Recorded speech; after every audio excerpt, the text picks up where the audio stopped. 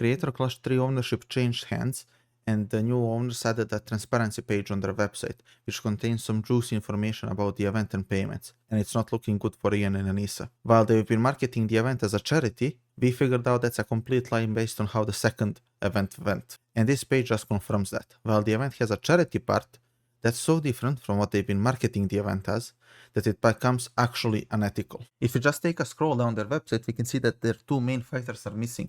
And scrolling down below, we can see that even two more fighters are not here, which is crazy for an event that's supposed to be a charity. If you go onto the transparency page, we can see some Q&A stuff that we're gonna go through today. The event is being moved to October 25th, 2025, and it's going to be held at the Hollywood Palladium in Los Angeles. And that is 1 week after TwitchCon San Diego, which is funny because it shows that they want this to be just another TwitchCon or VidCon, as you can see in this clip. You want to do it again? Yeah. I see. If it works out, then we can do that, and there could always be a charity aspect to it. But I think the main goal is just to get the people paid who are involved in making it happen, rather than like making exorbitant amounts of money. So your goal is to build an institution of sorts, this Creator Clash, where you can have people. Fun. There's a champion every year. Yeah, it's a party. Interesting. It's like a way more exciting VidCon. Or like I want it to be like influencers can like care about this and fans can care about this and like you can go watch it and have like a build up, like maybe parties before and like stuff like that. Yeah, because we've gone to like the last Jake Paul event, and it was crazy the amount of influencers that were there, excited to see it. They weren't all my cup of tea. Sure. But it was exciting. Everyone wanted to be there. It was fun, and I think if we can harness some of that, but have it be even more exciting, because all of our fighters are mystery fights. You don't know how it's going to go. And then you have this, charity element. It's just like a win all around. So in the future, maybe there'll be more profits potentially for you guys. Potentially, but we're not looking at that really. The next part is comical because they talk about why they're moving to Los Angeles, and it's because it's a much larger market and it's going to help them keep event and production costs down, which is funny because they should have thought about that before they got the same arena as last year, which they couldn't fill even then. And with them moving the event, of course not all the fighters are gonna be available for the new time, so that means that there's gonna be new faces and they're gonna have to remarket everything. As for the refunds, they're refunding all the in-person ticket holders through Ticketmaster, which is good. Because just imagine not being refunded for an event. It's not going to happen anymore, at least not at the time that you thought.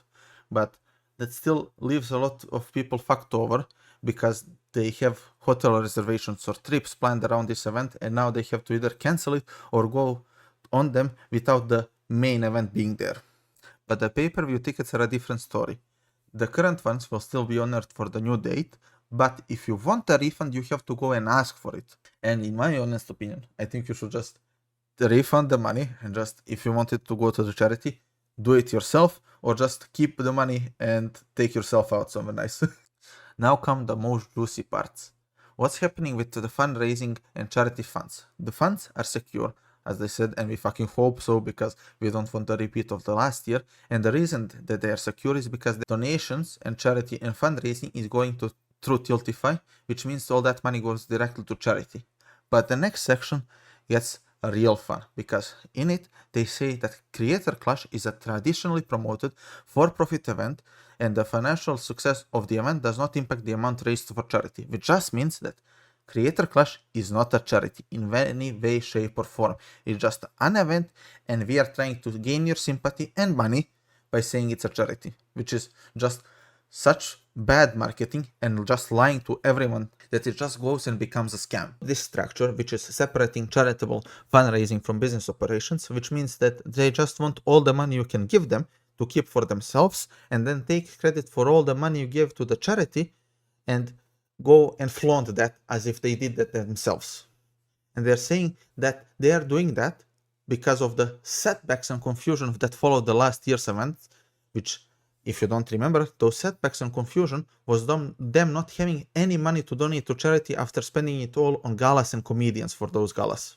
And now, why do they say that Ian and Anisa stepped away from Creator Clash? It's just blah, blah, blah, blah, blah, blah. Too much drama for us, blah, blah, blah. We want to make money, blah, blah, blah. And I mean, obviously, the drama they created themselves isn't good for the event. So they want to go away and push IDubbbz and Anisa as far as possible, so they at least recuperate some of the money they were putting into this event. And of course, there's the new official spokespeople for the event, and we don't give a fuck really because the event sucks anyways. But now, the juiciest part of them all. Do the fighters get paid? Yes. Each fighter receives a guaranteed purse to help cover training and preparation expenses, which, if you didn't know, is around 15k for each fighter. And there were like, what did we say, 8 matches, I think, which means 16 fighters, 15k each, which is a whole lot of money that I don't think is going to charity. Is actually taken away from charity, but not this time, but the last 2 times was certainly taken from charity. Then, in addition, 20% of the net profits from the event will be evenly split amongst all fighters. And the juiciest part of the all, the part that was originally allocated to IDubbbz and Anisa, even though they said that they hate when creators take money and just run off with it. What really made me mad about boxing events in the past is that it's rich assholes betting their money to make money to like have people that are struggling to like make ends meet and pay rent watch them do it, and then they'll go home and like have a lot of money. And the fighters are exploited too, like usually 34% of profit share that was supposed to go to IDubbbz and Anisa is also going to get distributed amongst the fighters following their departure. In my honest opinion, all of this is crazy because fighters shouldn't be getting paid for a charity event. It's a charity event. They should be there and be happy that they are there. The last 2 times, there were a lot of fighters. They didn't even use the money to train or something. They just took the money, obviously fought awfully, and still got the 15k. And also the extra money from the event that again was taken away from the children that were supposed to get the charity money. And there are actual people who are defending this, which we're gonna be talking about in the next video. Anyways, that's enough drama. If you liked the video, do like, subscribe for more drama, and see you next time. Bye!